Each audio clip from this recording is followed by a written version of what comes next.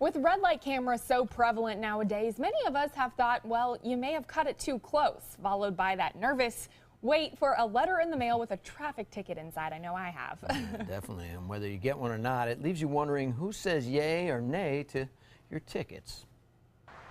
The numbers showing that accidents, injuries, and fatalities decrease because of red light cameras are up for those cities that use them. But who determines what is and what isn't a violation? Besides the camera, of course. I was curious, so I asked Sergeant Brian Graham of the Sarasota Police Department. Every violation or possible violation is reviewed by an officer or our traffic enforcement officer.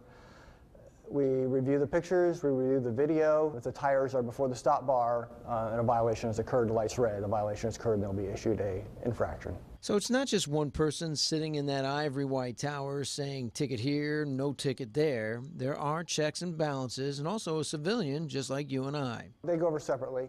If anything that is not approved by either the officer or the traffic enforcement officer, the civilian who does them, they're kicked to a supervisor queue, and a supervisor reviews them to make sure. It takes the personal storytelling out of the equation, so there's no telling the camera that the dog ate your brake pedal in order to get out of a ticket. But there are some extenuating circumstances. If you're a funeral procession, things like that, if it's keyed up while we're reviewing it, obviously they won't be approved.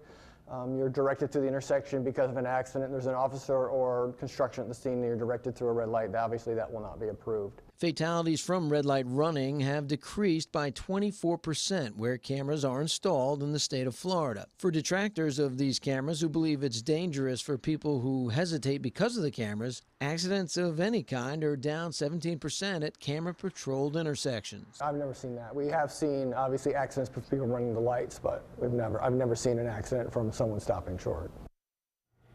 Wow. Yeah, it's the extenuating circumstances. You can't plead with an officer that you were in a rush to get to work or your wife's having a baby. Well, camera doesn't lie. Yeah, and I mean, in North Carolina, they didn't really utilize red light cameras unless they were at bigger intersections where there was a lot of heavy traffic. But here I've noticed them far more than where I was, and so definitely being conscientious about where I am driving and how fast I'm driving. And that foggy roadway this morning is no joke. That's for sure.